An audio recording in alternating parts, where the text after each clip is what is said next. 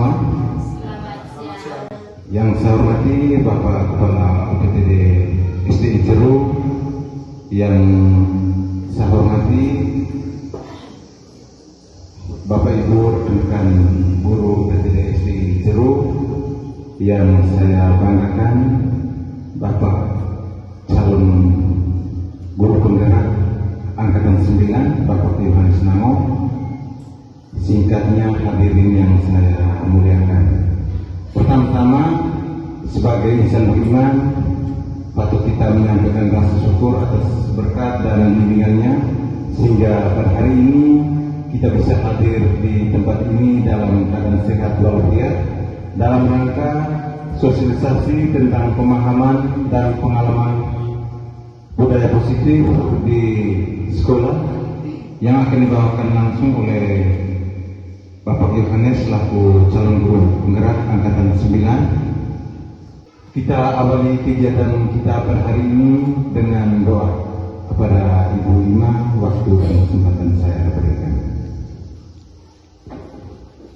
Bapak Ibu diajak untuk berdiri.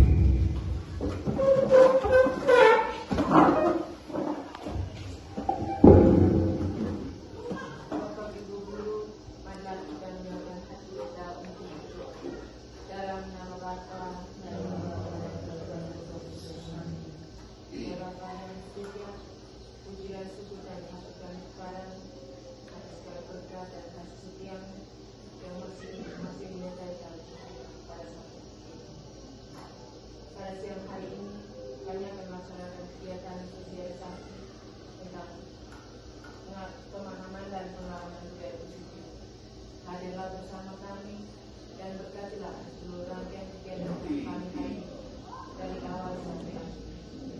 Semua doa dan permohonan ini ya Bapa, kami sampaikan kepada lewat perantara Kristus Tuhan kami. Dalam nama Bapa, Tuhan dan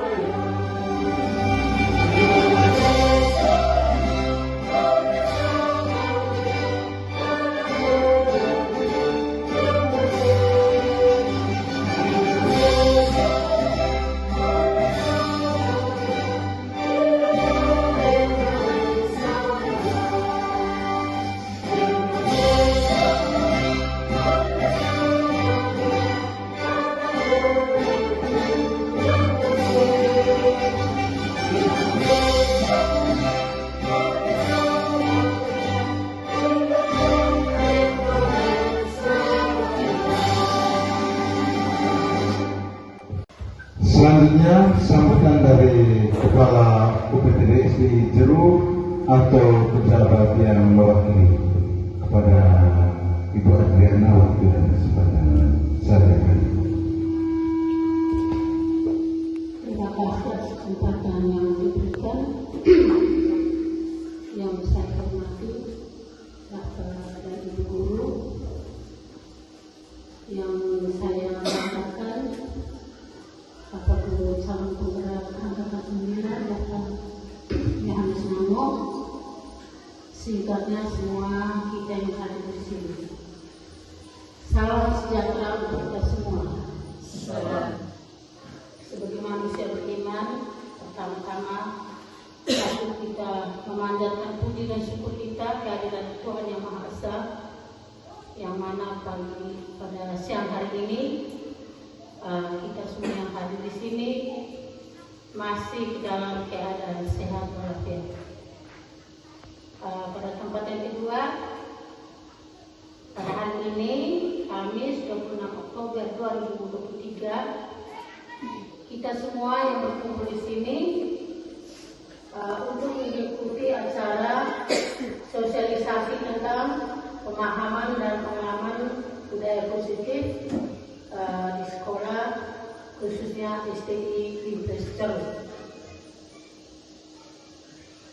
Jadi Bapak Ibu Guru sekalian, saat ini guru penggerak masih sangat diperlukan,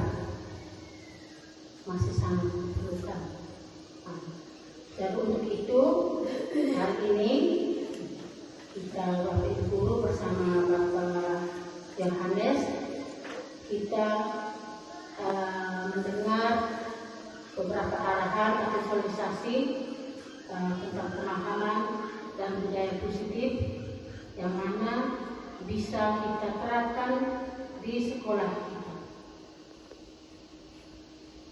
Jadi di sekolah kita ini kita untuk kedepannya. Mungkin dari itu saja akhir kata saya menyampaikan perjuangan Bapak ini masih sangat panjang. Jadi tetap semangat dan terus belajar agar dapat membawa perubahan di sekolah, khususnya STI Impres Cerut. Sekian dan terima kasih.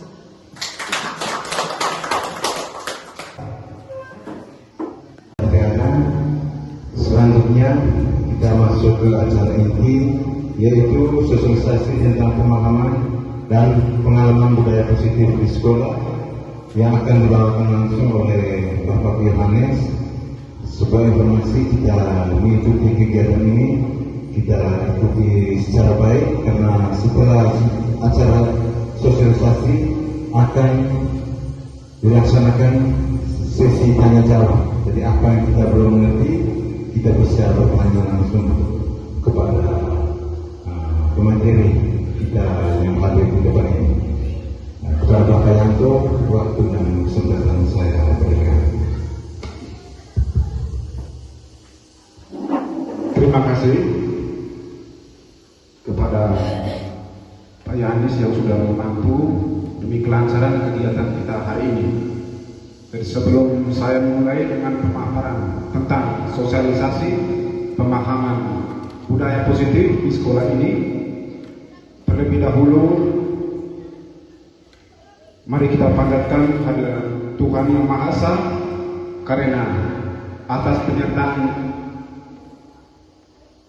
sehingga hari ini kita dapat berkumpul di tempat ini dalam keadaan yang sehat walafiat. Jadi kegiatan ini merupakan bentuk aksi nyata saya dalam mengikuti program pendidikan guru penggerak pada modul 1.4 tentang budaya positif, di mana dalam mengikuti program ini kami telah melewati paket modul 1 yang terdiri dari modul 1.1 itu tentang pemikiran Ki Hajar Dewantara, modul 1.2 tentang nilai dan peran guru penggerak, modul 1.3 tentang visi guru penggerak, dan modul terakhir pada paket modul 1 yaitu 1.4 tentang budaya positif. Jadi selamat siang dan selamat datang para guru hebat. Mari belajar bersama, kita berkolaborasi, saling mendukung untuk mewujudkan disiplin positif di sekolah kita ini. Sebelum saya masuk dengan kegiatan inti hari ini, kita perlu melakukan ice breaking terlebih dahulu yang akan dipandu oleh saya sendiri. Sebelumnya saya mohon izin kepada sekolah atau pejabat yang mewakili bersama rekan-rekan guru untuk berdiri.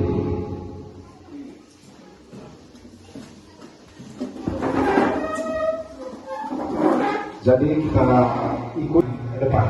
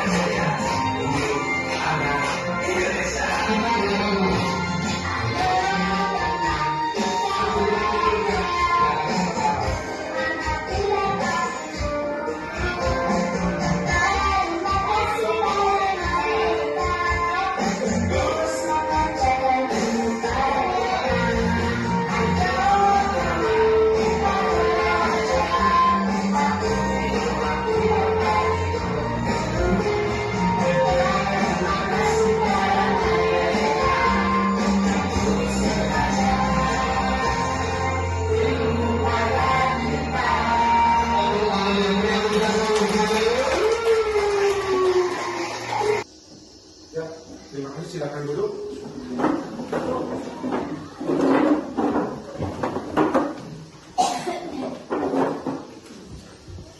Oke, terima kasih. Jadi sudah semangat ya?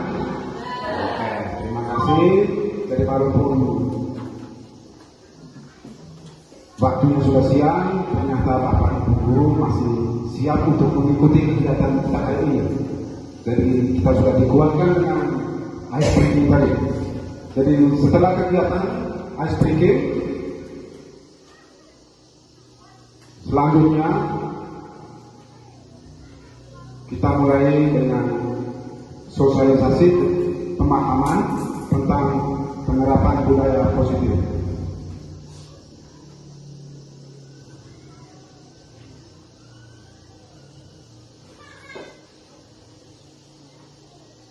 Latar belakang pembelajaran di sekolah akan berlangsung dengan baik jika didukung dengan penerapan budaya positif. Dengan budaya positif akan terwujud pembelajaran yang berpihak kepada murid sehingga murid bisa belajar dengan aman, nyaman, dan senang. Untuk mendukung terwujudnya budaya positif di sekolah, perlu adanya pembentukan keyakinan kelas dan penerapan segitiga restitusi. Tidak semua guru di UPTD SDI Teru paham tentang keyakinan kelas dan segitiga restitusi. Oleh karena itu, perlu dilakukan sosialisasi tentang pembuatan keyakinan kelas dan penerapan segitiga. Tujuan aksi nyata yang saya buat, tadi yang pertama, menciptakan murid yang merdeka dan disiplin diri yang kuat. Yang kedua, menumbuhkan budaya positif dengan menumbuhkan budaya positif di sekolah dengan meyakini nilai-nilai kebijakan universal. Tolak ukur terbentuknya keyakinan kelas melalui kegiatan kesepakatan kelas dilakukan oleh balik kelas dan siswa. Yang kedua, siswa mampu menerapkan dan menjalankan keyakinan kelas yang telah dibuat. Lini masa tindakan. Yang pertama, membuat perencanaan kegiatan. Jadi sebelum kita mulai kegiatan ini, terlebih dahulu kami buat perencanaan. Terus yang kedua, membuat materi tentang budaya positif dalam bentuk slide PowerPoint. Jadi seperti yang kita lihat hari ini.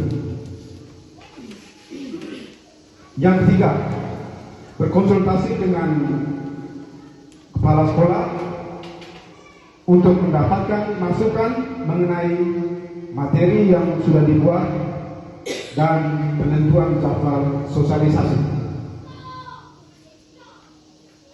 Yang keempat, mengumpulkan rekan guru untuk mengikuti sosialisasi guna mempresentasikan tentang pemahaman materi budaya positif yang di dalamnya itu mengenai keyakinan kelas dan segitiga restitusi. Yang kelima, bekerja sama dengan petugas sarana prasarana untuk mempersiapkan ruang presentasi.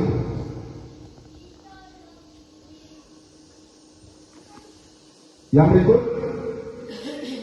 melaksanakan presentasi atau sosialisasi.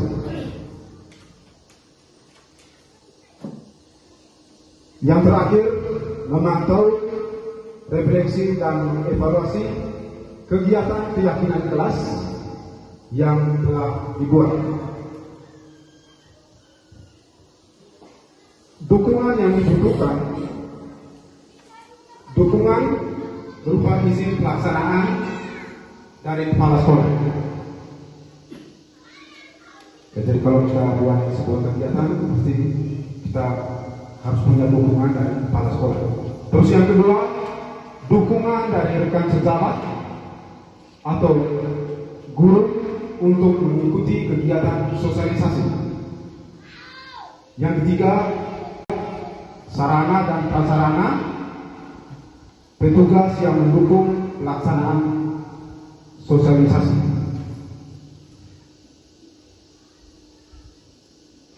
Berikut ini merupakan kegiatan sosialisasi bersama rekan guru di sekolah mengenai pemahaman dan pengalaman budaya positif.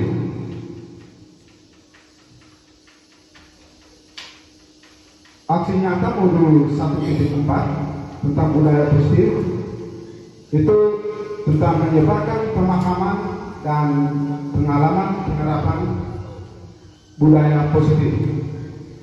Jadi konsep utama modul budaya positif, jadi yang pertama, pembelajaran dengan paradigma baru. Yang kedua, disiplin positif. Yang ketiga, kebutuhan dasar manusia. Yang keempat, motivasi perilaku manusia. Yang kelima, posisi kontrol restitusi. Yang keenam, keyakinan kelas. Dan yang ketujuh adalah segitiga restitusi. Pembelajaran dengan paradigma baru.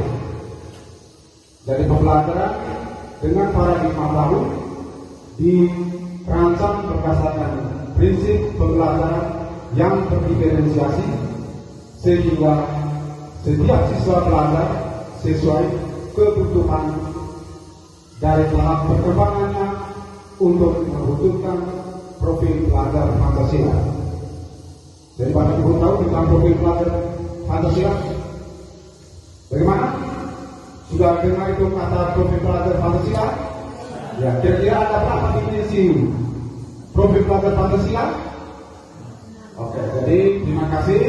Jadi profil pelajar Pancasila yang sudah kita pelajari bersama itu ada 6, yakni yang pertama itu beriman, bertakwa pada Tuhan Yang Maha Esa dan berakhlak mulia. Terus yang kedua, mandiri. Ketiga, bernalar kritis. Yang keempat, kreatif. 5, bergotong royong. Dan yang keenam, berkebinekaan global.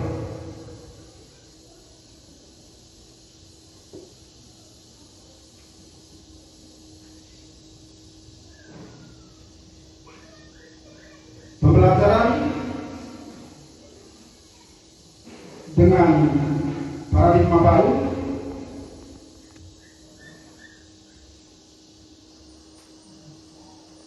yang kita lihat yang pertama itu beriman, bertakwa pada Tuhan Yang Maha Esa dan berakhlak mulia.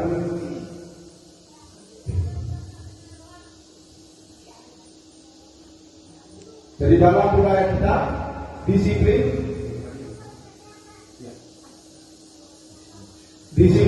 dapat dimaknai dengan suatu yang dilakukan seorang pada orang lain untuk mendapatkan kepatuhan. Kita cenderung menghubungkan kata disiplin dengan ketidaknyamanan. Ya, kalau ketika kita mendengar orang atau pimpinan atau siapa saja yang menyampaikan kata disiplin, berarti akan muncul perasaan akan tidak nyaman. Terus yang kedua, sebagai pendidik, tujuan kita adalah untuk menciptakan. Jadi yang berikut lagi, disiplin positif merupakan salah satu cara penerapan disiplin yang bertujuan untuk menumbuh kesadaran serta memperdayakan anak untuk melakukan sesuatu tanpa sokongan, ancaman maupun hukuman. Jadi ini yang dimaksud disiplin positif. Jadi yang untuk dibuat ini itu untuk memperdayakan anak untuk melakukan sesuatu tanpa sokongan atau ancaman maupun hukuman.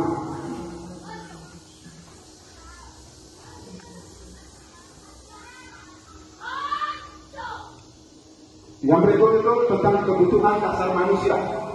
Jadi kita lihat Bapak Ibu, jadi itu beberapa kebutuhan dasar manusia.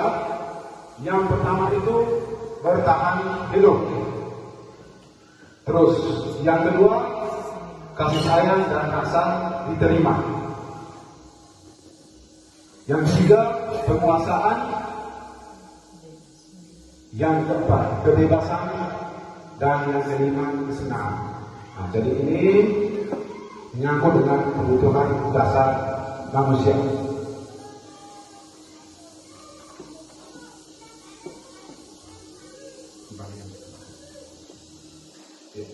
Kita lihat yang pertama, kebutuhan bertahan hidup. Kebutuhan bertahan hidup adalah kebutuhan yang bersifat fisiologis untuk bertahan hidup. Misalnya kesehatan, rumah, dan makan. Kebutuhan biologis sebagai bagian dari proses reproduksi, termasuk kebutuhan untuk tetap bertahan hidup. Komponen psikologis pada kebutuhan ini meliputi kebutuhan dan perasaan aman,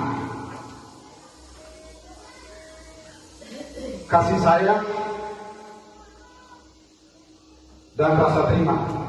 Jadi kebutuhan untuk diterima.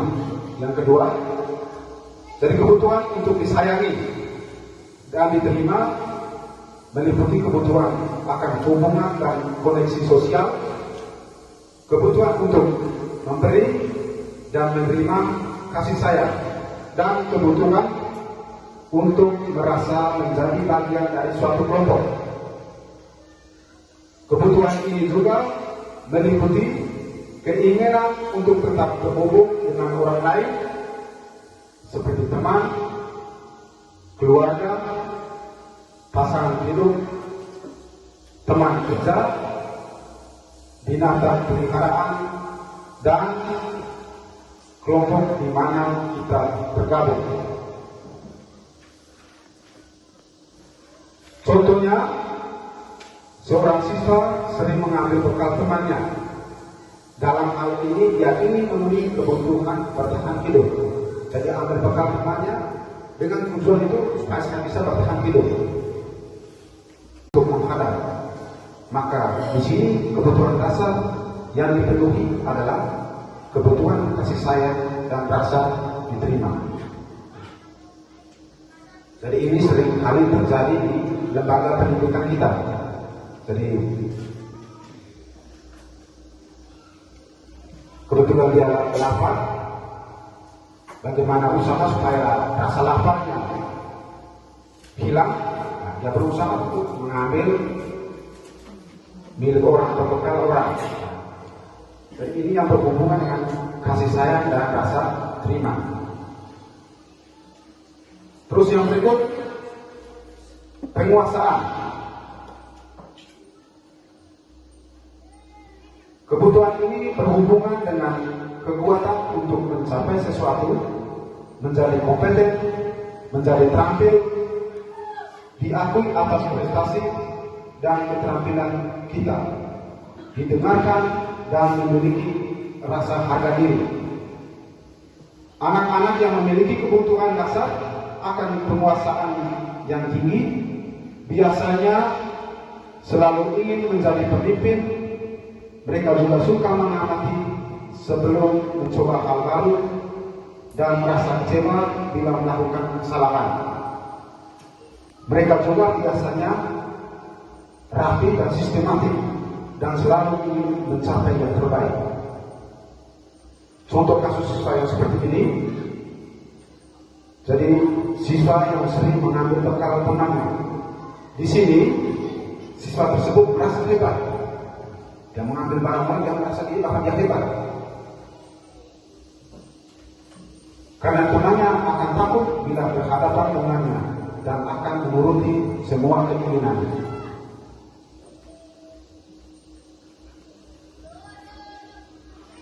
Kebebasan atau kebutuhan akan pilihan.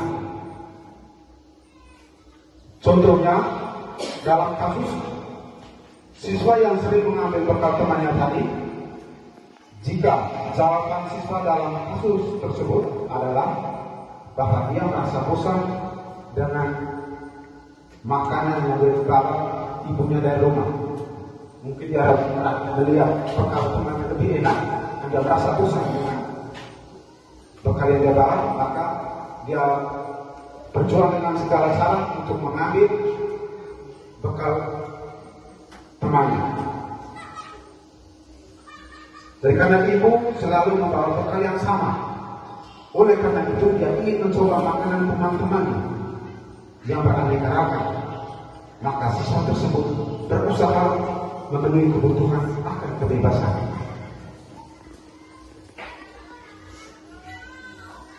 Kebutuhan untuk bebas adalah kebutuhan akan kemandirian, otonomi, memiliki pilihan dan mampu mengendalikan arah hidup seseorang. Anak-anak dengan kebutuhan kebebasan yang tinggi menginginkan pilihan.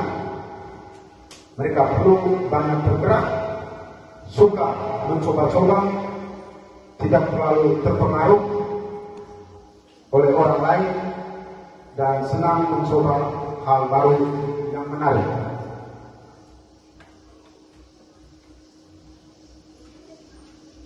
Kesenangan atau kebutuhan untuk merasa senang. Jadi kebutuhan akan merasa senang adalah kebutuhan untuk mencari kesenangan, beriman dan bertawa. Jadi menurut Lasser menghubungkan kebutuhan akan kesenangan dengan belajar. Anak-anak dengan kebutuhan dasar kesenangan yang tinggi biasanya ingin menikmati apa yang dilakukannya. Contoh yang berhubungan dengan kesenangan ini, perilaku siswa. Jadi dalam kasus siswa sering meminta mengambil bekal penanya tadi bila siswa tersebut menjawab bahwa ia melakukan karena iseng saja,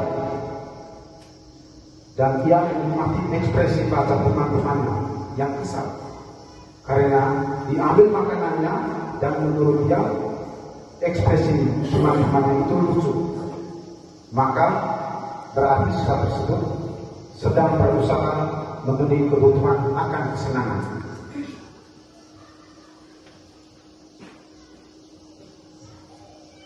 Motivasi perilaku manusia.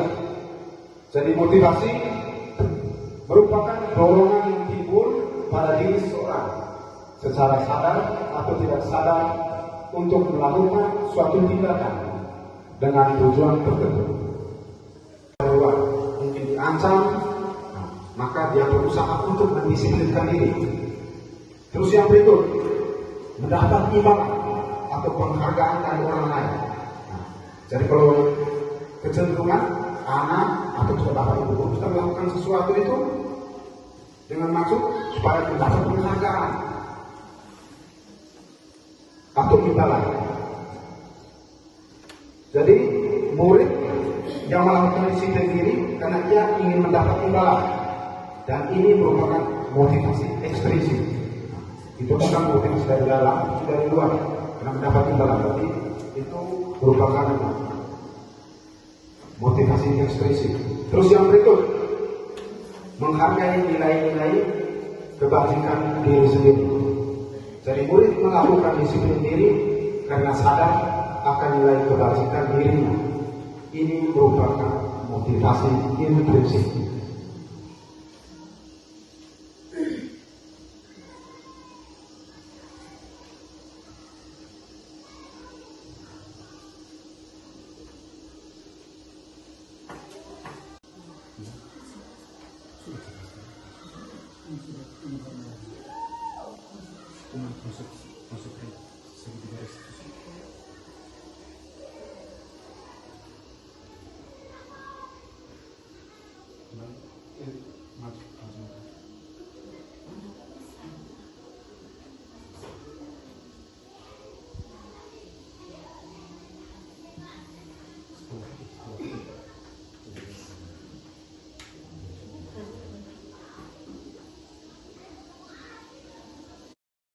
Bisa menggunakan hukuman fisik maupun verbal. Guru-guru yang menerapkan posisi hukum akan berkata, patuhi aturan saya. Ini posisi yang sebagai penghukum.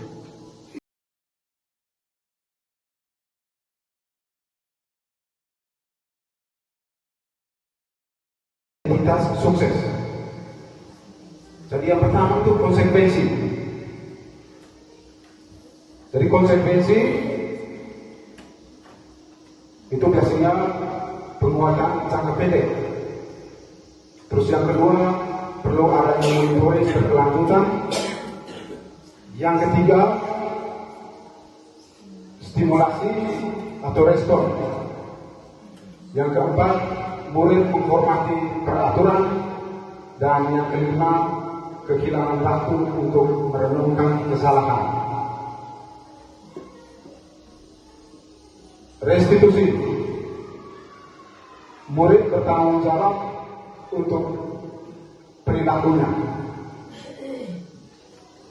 Yang kedua, fokus pada pemecahan masalah jangka panjang. Murid menghormati dirinya dan orang lain. Yang keempat itu teori kontrol atau diri sendiri yang menjadi pemegang kontrol. Yang kelima, murid bersemangat untuk memperbaiki kesalahan.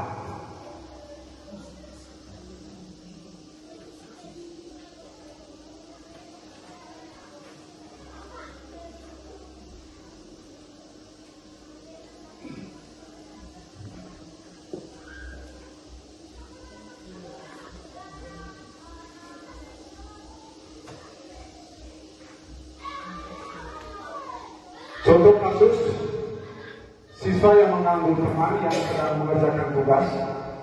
Jadi yang pertama itu hukuman.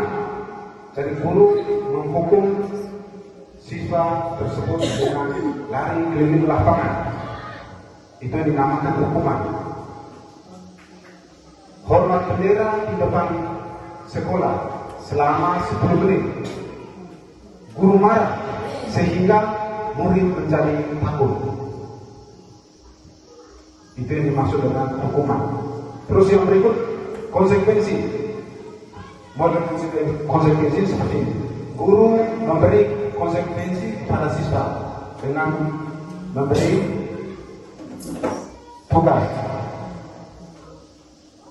Terus guru tegas dengan aturan yang sudah dibuat dan siswa siap untuk menghormatinya. Restitusi. Guru menanyakan keyakinan kelas, membantu siswa menyelesaikan masalah. Guru terbuka dan siswa menghormati dirinya dan orang lain. Jadi biasanya kalau siswa melanggar, biasanya yang paling pertama yang kita buat itu adalah yang paling hukuman. Sehingga identifikasi siswa gagal. Kalau kita langsung itu bagus siswa itu mengalami kegagalan. Kalau kita langsung mengambil posisi kita yang pertama. Jadi yang paling perasaan itu sebagai pendidik. Jadi kita menggunakan yang posisi yang ketiga, restitusi. Jadi guru menanyakan keyakinan. Bagaimana anak-anak dengan keyakinan yang kita buat sehingga mereka bisa memecahkan sendiri. Jadi guru bersifat terbuka dan siswa menghormati dirinya.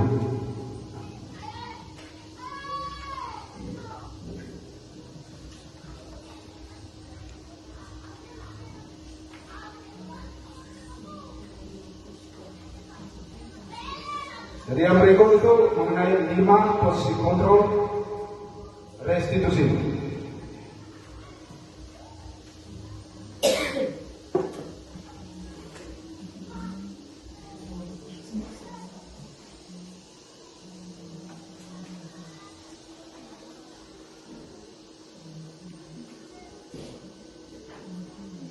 Jadi menurut Kosen, dalam bukunya Restitution School tahun 1998 mengemukakan bahwa guru perlu meninjau kembali penerapan disiplin di dalam ruang kelas mereka selama ini. Apakah telah efektif? Apakah berpusat pada murid, memerdekakan murid, dan mendirikan murid, bagaimana dan mengapa. Jadi melalui serangkaian riset dan berdasarkan pada teori kontrol, Gosen menyimpulkan bahwa ada 5 posisi kontrol yang diterapkan oleh seorang guru, orang tua ataupun atasan dalam melakukan kontrol. Jadi menurut Gosen tadi, jadi 5 posisi kontrol ini. Jadi yang pertama adalah penghukum. Yang kedua, pembuat merasa bersalah. Yang ketiga, bisa menggunakan hukuman fisik maupun verbal. Guru-guru yang menerapkan posisi hukum akan berkata, patuhi aturan saya. Ini posisi yang sebagai penghukum. Teman yang keempat, pemantau, dan yang kelima itu. Jadi seorang penghukum bisa menggunakan hukuman fisik maupun verbal. Guru-guru yang menerapkan posisi hukum akan berkata, patuhi aturan saya. Ini posisi yang sebagai penghukum. Atau awas, kamu selalu saja bersalah. Selalu pasti selalu. Terakhir selesai. Guru seperti ini senantiasa percaya hanya ada satu cara agar pembelajaran bisa berhasil, yaitu caranya dia. Pakai satu cara agar kegiatan apa saja bisa berhasil. Jadi ini sebagai penghukum. Yang kedua, membuat merasa bersalah. Pada posisi ini biasanya guru akan bersuara lebih lembut. Membuat merasa bersalah akan menggunakan keheningan yang membuat orang lain merasa tidak nyaman, bersalah atau rendah diri. Contoh kita katakan membuat merasa bersalah itu yang sering kita buat terhadap anak-anak. Ibu sangat kecewa atau bapak sangat kecewa dengan kamu. Berapa kali bapak harus memberitahu kamu ya? Gimana coba kalau orang tua kamu tahu kamu berbuat begini? Bah mama tahu. Bagaimana kalau misalnya bah mama tahu kamu ternyata buat seperti ini? Di posisi ini murid akan memiliki penilaian diri yang buruk tentang dirinya. Jadi murid bisa menilai diri murid. Murid merasa tidak berharga dan telah mengecewakan orang lain, orang-orang yang disayangi. Jadi biasanya murid dia tidak menyampaikan kepada guru karena ada perasaan takut. Jadi dia hanya tenang merenungkan, oh ternyata yang saya buat ini salah. Kesepakatan yang sudah dibuat bersama. Sebagai manajer, apakah kamu tahu kesalahanmu? Bisa menggali ini, bisa tanya balik. Apakah kamu tahu kesalahanmu? Pasti anak-anak itu dia akan menjawab. Kira-kira bagaimana kamu akan memperbaiki kesalahan ini? Dia akan menemukan sendiri.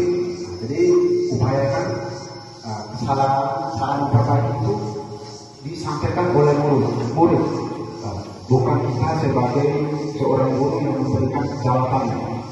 Jadi ini posisi kita sebagai manajer. Dan saya ulang sekali lagi, apakah kamu tahu kesalahanmu? Kira-kira bagaimana kamu akan memperbaiki kesalahan ini?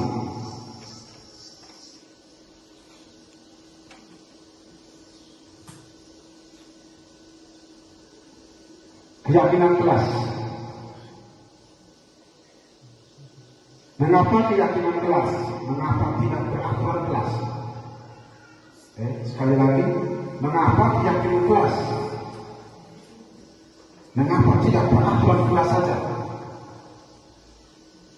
Mengapa kita memiliki peraturan tentang penggunaan helm pada saat mengendarai kendaraan roda 2 atau motor? Ya kira-kira mengapa? Kira-kira jawabannya bagaimana? Mengapa kita memiliki peraturan tentang menggunakan helm pada saat mengendarai kendaraan roda 2? Kira-kira jawaban Bapak Ibu bagaimana? Untuk menjaga keselamatan. Iya. Kalau orang cepat-cepat takut polisi tilang kan? Takut polisi tilang kan? Ternyata kalau keyakinan itu menjaga keselamatan, itu yang merupakan keyakinan. Terus yang kedua, Mengapa kita memiliki peraturan tentang menggunakan masker dan mencuci tangan setiap saat? Bagaimana Bapak Ibu? Penggunaan masker untuk menjaga kesehatan bersama juga. Ya. Mencuci tangan sangat menjaga kesehatan. Oke, terima kasih. Penggunaan masker ini dengan maksud menjaga kesehatan, bukan untuk yang lain-lain, dari untuk menjaga kesehatan. Ya, jadi Bapak Ibu, nilai-nilai keselamatan atau kesehatan inilah yang kita sebut sebagai suatu keyakinan, yaitu nilai kebajikan universal yang disepakati secara tersirat dan tersurat, lepas dari latar belakang suku, negara maupun agama. Jadi kayak bahasa ini itu dia tidak blok salah satu agama, percaya untuk keyakinan seseorang, dan dia bersifat umum.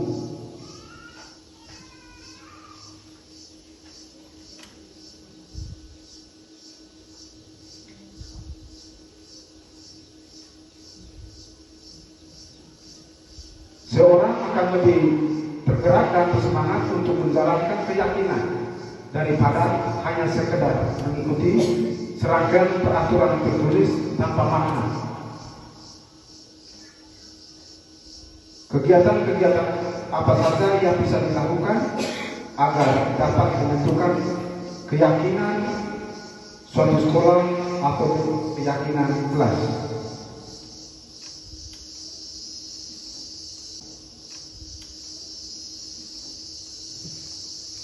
Ya, dari ini kegiatan yang akan kita buat menyangkut dengan keyakinan kelas. Jadi yang pertama, tadi kan sudah dijelaskan bahwa keyakinan ini dibuat bersama anak-anak. Jadi tahapan-tahapan yang pertama itu kita berdiskusi dulu tentang peraturan, kita mengenali dulu. Yang kedua itu merumuskan peraturan untuk menjadi keyakinan. Jadi kadang-kadang ketika anak memberi suatu aturan, biasanya dimulai dengan kata tidak. Jadi ini kita merumuskan kembali untuk menggunakan kalimat-kalimat positif.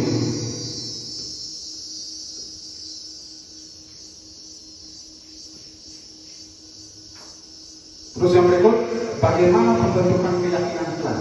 Dari keyakinan kelas ini, sifatnya yang pertama itu lebih abstrak dari peraturan. Yang kedua itu berupa pernyataan universal.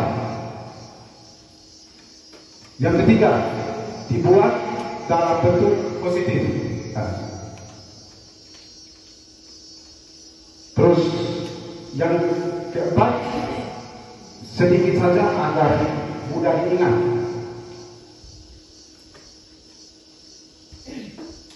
Yang kelima, sesuai dengan kondisi kelas dan sekolah agar mudah diterapkan. Yang terakhir ini, keyakinan ini dihimbau bahwa semua warga sekolah dilibatkan untuk membuatnya.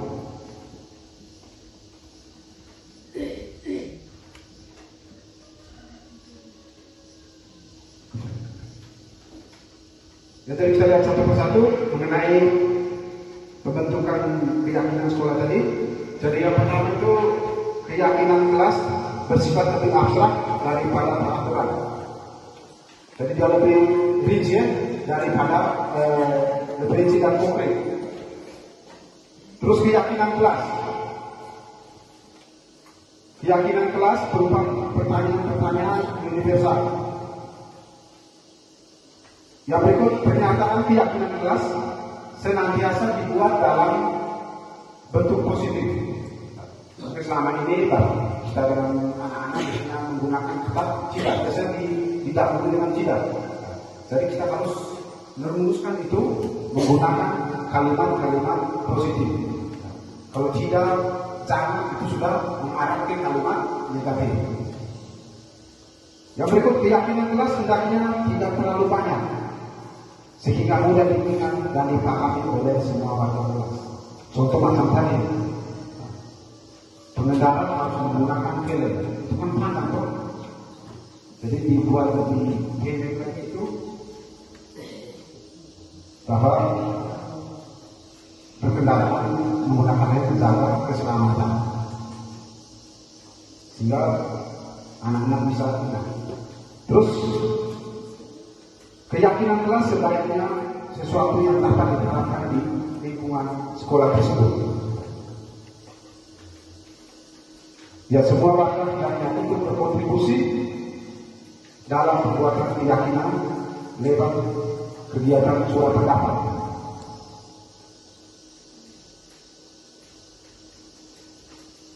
Yang terakhir itu bersedia meninjau kembali keyakinan kelas dari waktu ke waktu. Jadi keyakinan kelas itu dia bukan kita buat satu kali. Jadi kita bisa tinjau kembali apakah ini masih tas. Kalau masih tas, kita bisa pertahankan kelas dari waktu ke waktu. Jadi keyakinan kelas itu dia bukan kita buat satu kali. Jadi kita bisa tinjau kembali apakah ini masih tas. Kalau masih tas, kita bisa pertahankan. Kalau memang sudah tidak tas, boleh diubah.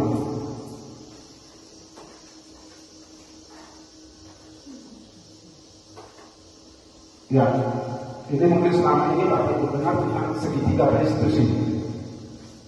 Jadi segitiga restitusi ini di dalamnya itu ada 3. Jadi yang pertama itu menstabilkan identitas. Kalau misalnya keyakinan yang sudah dibuat, namun ada sisa masih melanggar, terus kita sebagai ada nikmat yang sudah kita jalani, ternyata ada yang melanggar. Ini yang tahap terakhir itu yang namanya segitiga restitusi. Jadi segitiga restitusi yang langkah yang pertama itu ketika siswa itu atau siapa saja yang melanggar keyakinan, kita panggil. Jadi posisi kita sebagai manajer yang paling pertama itu ketika mereka datang kita mulai menstabilkan identitas. Jadi kita semua akan melakukan hal yang terbaik yang bisa kita lakukan. Terus yang kedua, validasi tindakan yang salah. Semua perilaku memiliki alasan. Yang ketiga, menanyakan kembali keyakinan kita semua. Jadi memiliki motivasi kita. Jadi segitiga restitusi. Jadi bagian dasar segitiga restitusi ini bertujuan untuk mengubah identitas anak dan orang yang gagal karena melakukan kesalahan menjadi orang yang sukses. Anak yang melanggar peraturan karena sedang mencari perhatian adalah anak yang sedang mengalami kegagalan. Contoh kalimat jika siswa tersebut menjadi reflektif. Kata-kata yang kita gunakan untuk menstabilkan identitas itu. Jadi yang pertama itu berbuat salah itu tidak apa-apa. Atau kalimat kedua, tidak ada manusia yang sempurna. Bagaimana kita menstabilkan si pembuat kesalahan tadi, sehingga dia merasa bahwa saya ini walaupun saya berbuat salah tapi saya dilindungi juga. Jadi saya sekali lagi berbuat salah itu tidak apa-apa. Bukan salah seperti itu. Kita menceritakan bahwa saya pernah mengalami masalah seperti itu. Terus yang berikut, Bapak atau Ibu tidak tertarik siapa yang salah atau siapa yang benar. Bapak Ibu ingin mencari solusi sehingga anak-anak tetap merasa dilindungi.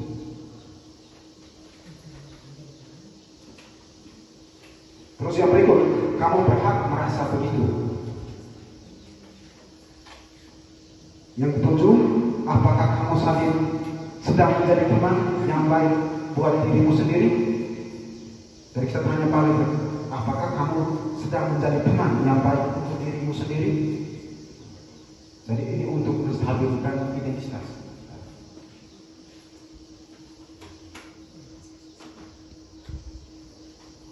Dan dalam penerapan segitiga restitusi tentu akan sulit jika anak tersebut tetap fokus dengan kesalahan. Itu dipengaruhi oleh 3 alasan. Alasan yang pertama itu rasa bersalah, menguras tenaga di mana rasa bersalah, membutuhkan energi yang sama dengan energi yang dibutuhkan untuk mencari penyelesaian masalah. Terus yang kedua, ketika kita merasa bersalah, kita mengalami identitas kegagalan. Dalam kondisi ini orang akan cenderung untuk menyalahkan orang lain atau mempertahankan diri daripada mencari solusi. Yang ketiga, perasaan bersalah membuat kita terperangkap pada masa lalu di mana kita sudah tidak bisa berbuat apa-apa lagi. Kita hanya bisa mengontrol apa yang akan terjadi di masa kini dan masa yang akan datang.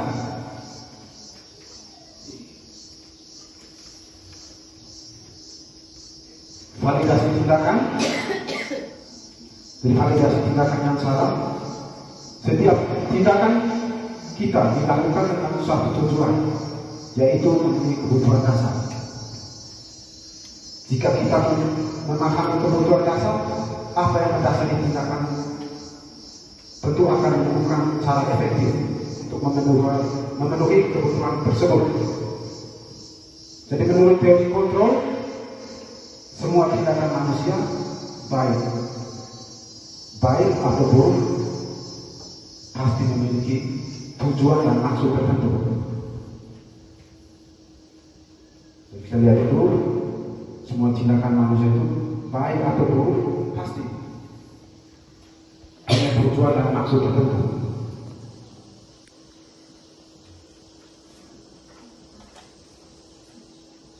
Contoh kalimat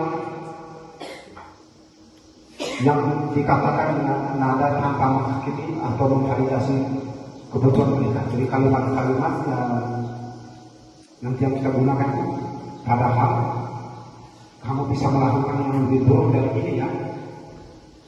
Kalimat kedua, kamu pasti punya alasan mengapa melakukan hal itu. Kita tanya dulu.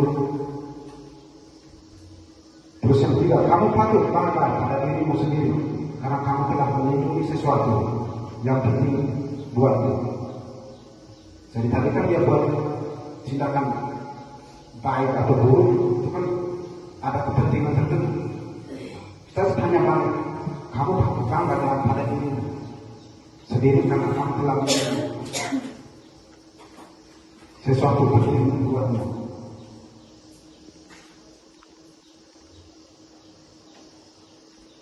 Kamu boleh mempertahankan sikap itu, tapi kamu harus menambah sikap yang baru.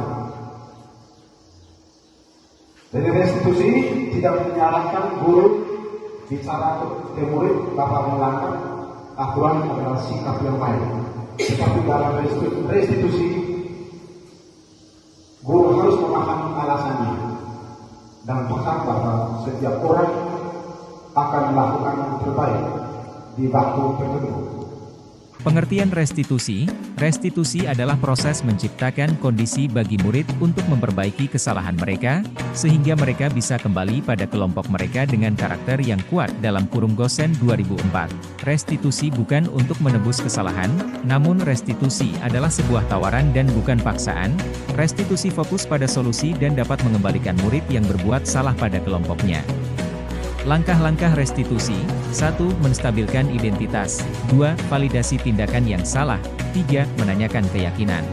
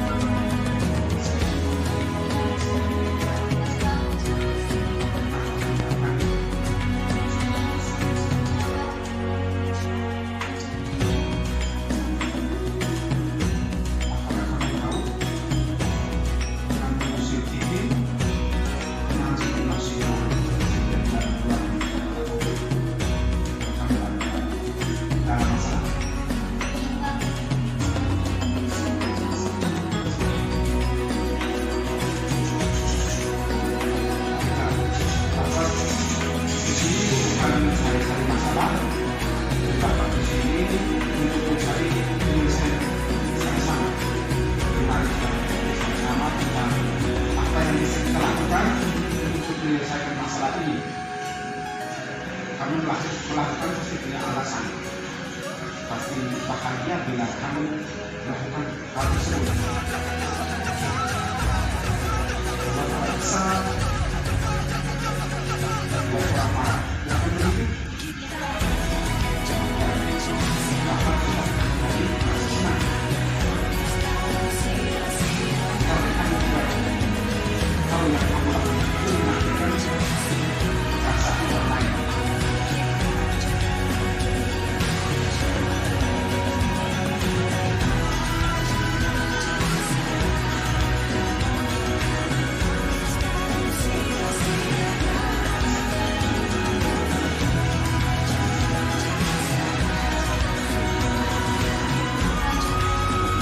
Kamu melihat dengan baik tidak dilakukan, tetapi kamu mengganggu teman, membuat tugas itu sudah menghargai dan bersikap baik dengan temanmu. Kamu ingin menjadi orang seperti apa kalau terus bersikap khusyuk di kelas?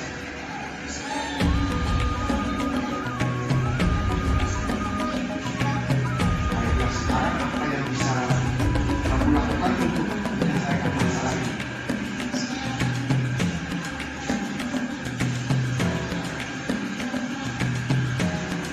Baiklah, sekarang apa yang bisa? Bagus. Tapi kalau nanti kejadian ini ulang lagi, kira-kira gimana?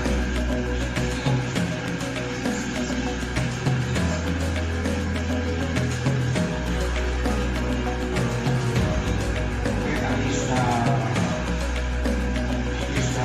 menyampaikan duluan. Sekarang bisa berdiri untuk kita lakukan sebaiknya.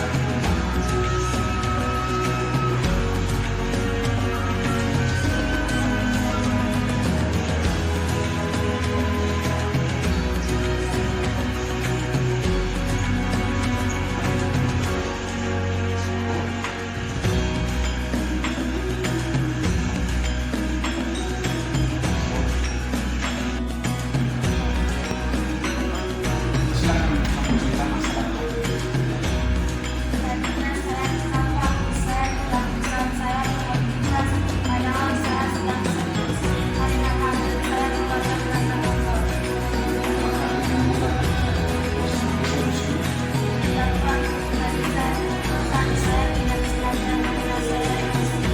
Apakah kamu tahu bukan manusia pasti masalah itu adalah Tuhan yang mengenal, yang membenci kita. Baik, Bapak tidak ingin mengungkit kesalahanmu. Kamu sudah tahu kalau kamu salah benar. Sekarang Bapak ingin mencari penyelesaian bersama-sama. Bersama-sama berpikir apa yang bisa kita lakukan dan kita bisa lakukan. Kamu melakukan penyelesaian ini aku dan dicapai karena sedang membuat karena kita bisa tentang keyakinan kelas dan keyakinan sekolah ataupun semangat dan kelas kita.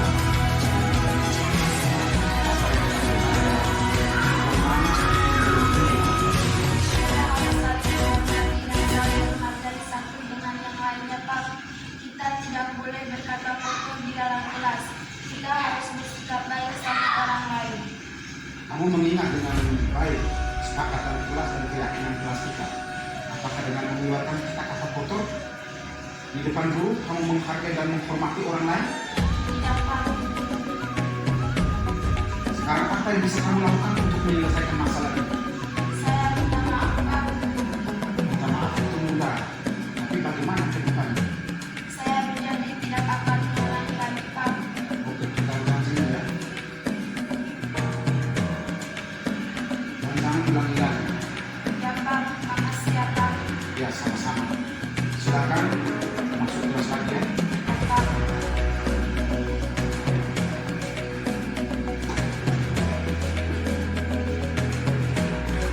Kesimpulan, penanganan kasus Saat ini, bagaimana perjalanan diri sebagai seorang among, posisi manajer, yang dituntut murid menjadi insan yang mandiri, merdeka dan bertanggung jawab.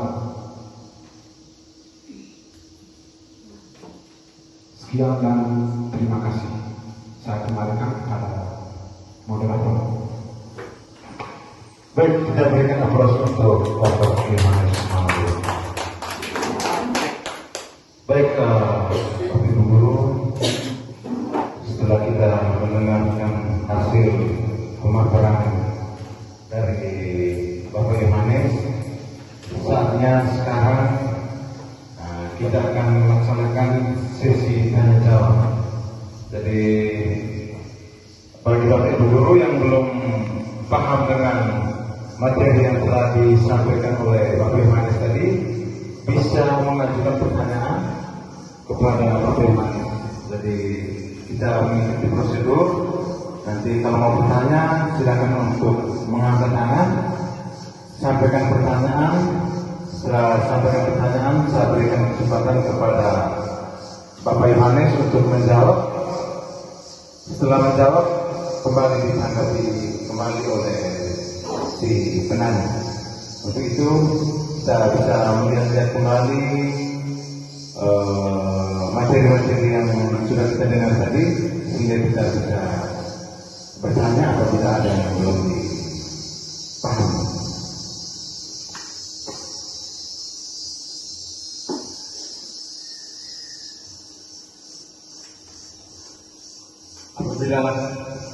Apabila membutuhkan kita buka slide, kira-kira bisa disampaikan sehingga Pak Dedi bisa melihat kembali di slide yang ingin Bapak Ibu tanyakan.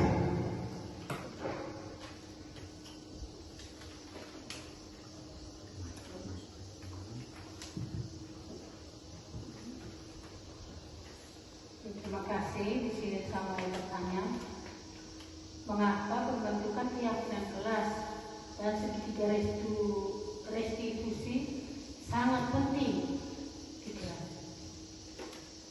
Baik. Bisa Mengapa pembentukan keyakinan kelas dan segitiga restitusi sangat penting dilakukan di kelas? Mengapa pembentukan keyakinan kelas Dan segitiga restitusi dan segitiga restitusi restitusi sangat penting di kelas? Baik, pertanyaan dari Ibu Adriana, mengapa pembentukan keyakinan kelas dan segitiga restitusi itu sangat penting untuk diterapkan di kelas? Kepada Bapak Yohanes bisa menanggapi apa yang sudah ditanyakan. Oke, terima kasih. Saya akan menjawab pertanyaan yang disampaikan oleh Ibu Adriana, bahwa mengapa penting pembentukan keyakinan dan segitiga restitusi. Mengapa pembentukan keyakinan dan segitiga restitusi sangat penting di kelas? Jadi perbuatan keyakinan itu pasti punya alasan. Jadi itu sangat penting. Jadi keyakinan ini muncul itu bukan merupakan paksaan. Jadi keyakinan itu datang dari dalam hati. Jadi keyakinan ini yang dibuat di dalam kelas itu sangat penting, sehingga ketika mereka melakukan sesuatu, jadi harus melihat dengan keyakinan-keyakinan yang sudah dibuat bersama. Terus segitiga restitusi. Segitiga restitusi ini adalah kegiatan atau model untuk mengatasi apabila ada siswa yang walaupun sudah ada keyakinan yang kuat, dia tetap melanggar. Dari segitiga restitusi ini adalah solusi. Seperti tadi, dari yang pertama ketika anak itu dia melanggar atau dibuat tindakan di luar dari keyakinan yang dia buat, supaya anak ini merasa diri tidak bersalah. Jadi yang paling pertama itu kita stabilkan identitas dengan menggunakan kata-kata yang sudah saya sampaikan tadi.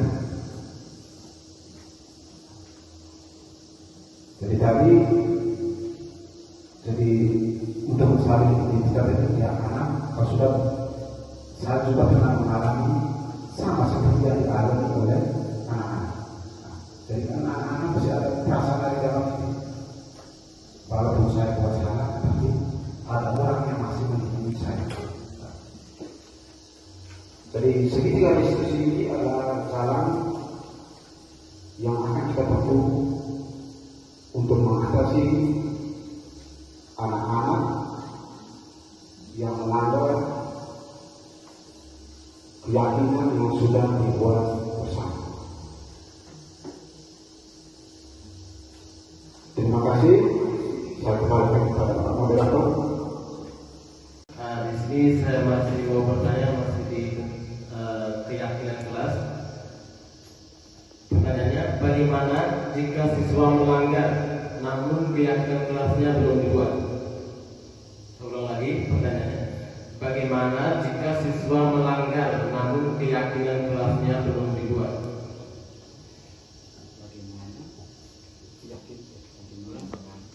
Bagaimana jika siswa melanggar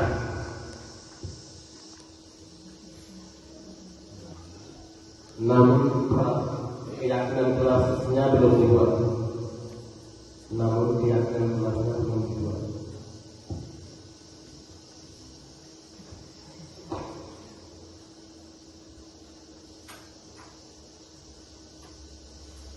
Baik, bagaimana jika siswa melanggar namun keyakinan kelas itu belum dibuat? Pak Moderator bisa menanggapi atas pertanyaan ini. Oke, terima kasih. Jadi pertanyaan, bagaimana jika siswa melanggar namun keyakinan kelasnya belum dibuat? Ya, jadi keyakinan kelas ini yang kita buat itu disarankan oleh Bapak Ibu ketika kita mulai masuk tahun anggaran baru. Jadi sekarang masih sudah proses penerimaan semester.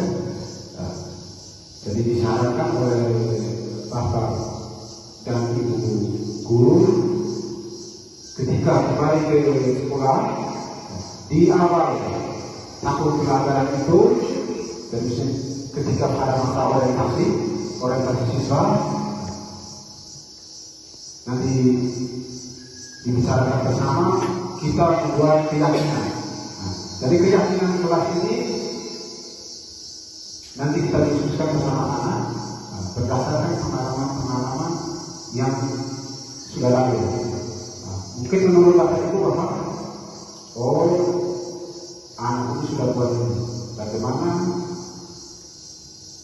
agar perbuatan ini tidak bisa dilakukan nanti di semester awal pembelajaran itu kita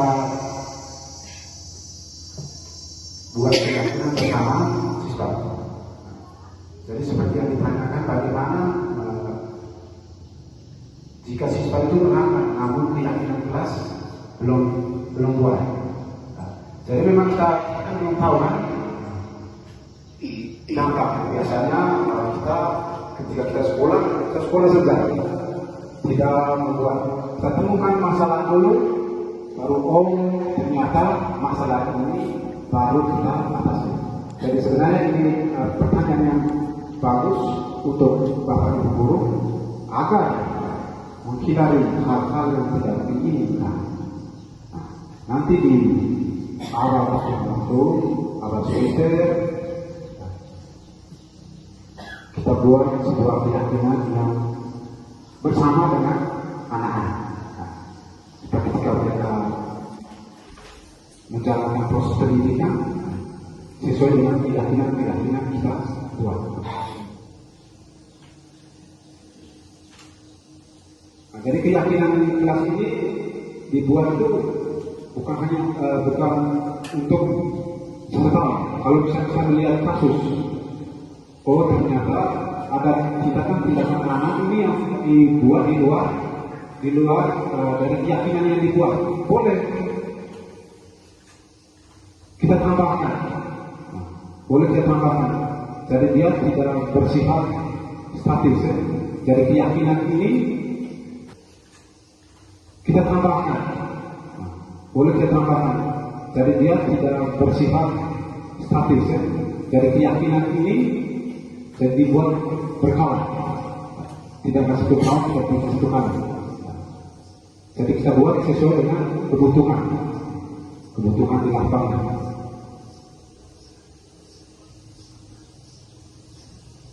Jadi itu sudah jawabannya, saya kembalikan ke moderator. Baik, bagaimana? Oke, bagaimana teman-teman lain bisa ada lagi yang mau bertanya? Oke, Ibu Cynthia, waktu dan kesempatan kami berikan. Baik, terima kasih. Tadi Bapak Yanto sudah menjelaskan tentang peraturan dan keyakinan.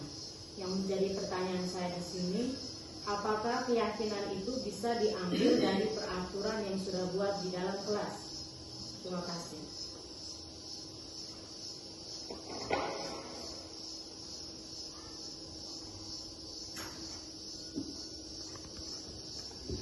Yang pertanyaannya, apakah keyakinan bisa diambil dari peraturan yang telah dibuat di dalam kelas?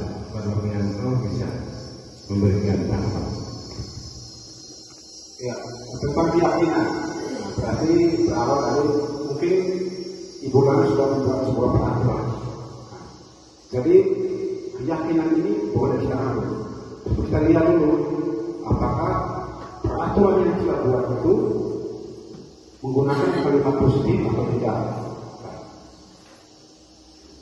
Kalau peraturan yang kita buat menggunakan kalimat positif, boleh kita ambil.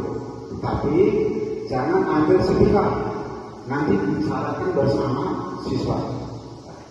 Jadi keyakinan ini dibuat bersama siswa, jadi didiskusikan. Nah, tadi ada slide bagaimana kita membuat sebuah keyakinan, tidak ada tahapan.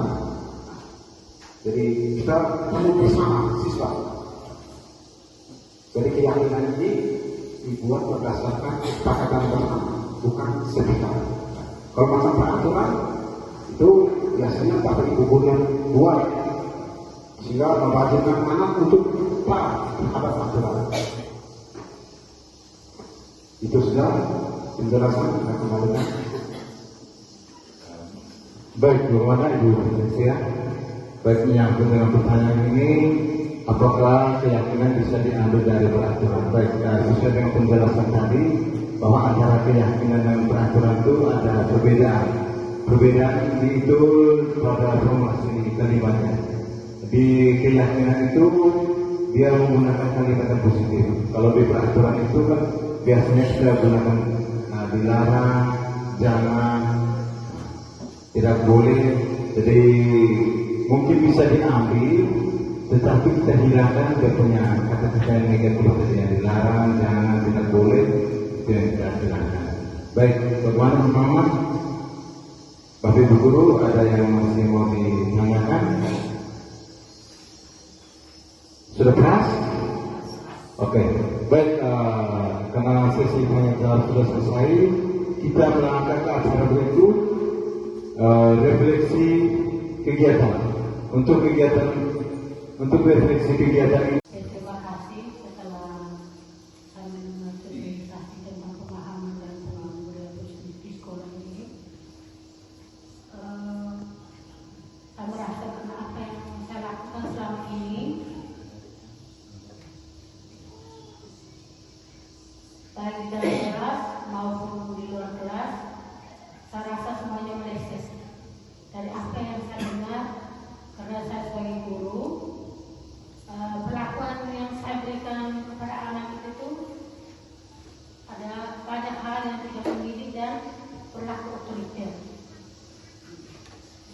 Seolah-olah anak itu selalu disalahkan.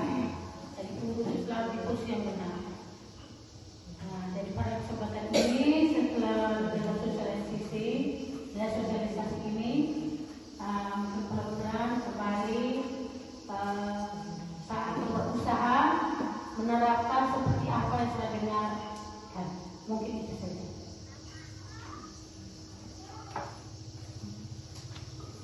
Oke, terima kasih. Mari kita tepuk tangan. Ya, tepuk 1 kali, tepuk 2 kali, tepuk 3 kali, tepuk 4 kali, tepuk 5 kali, tepuk 5 kali, 3 kali. Konsentrasi. Oke. Ya. Terima kasih kepada Bapak Ibu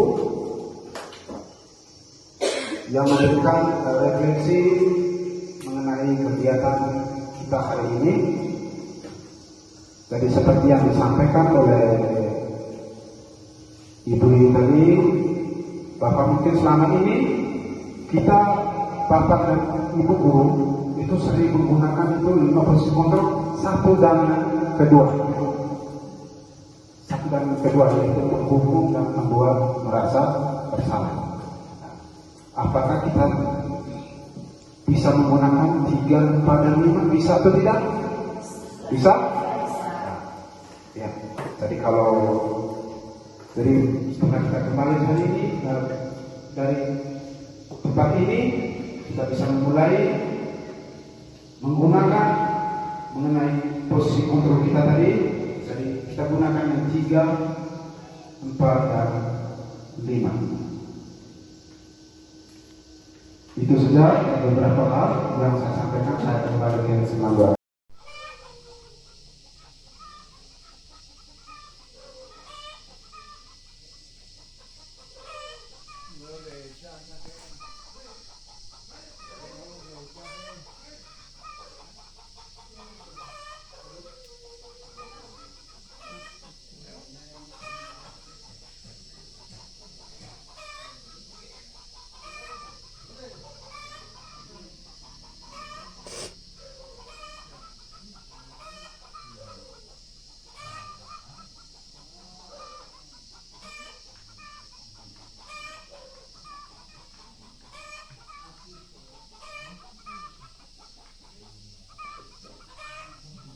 Sendiri.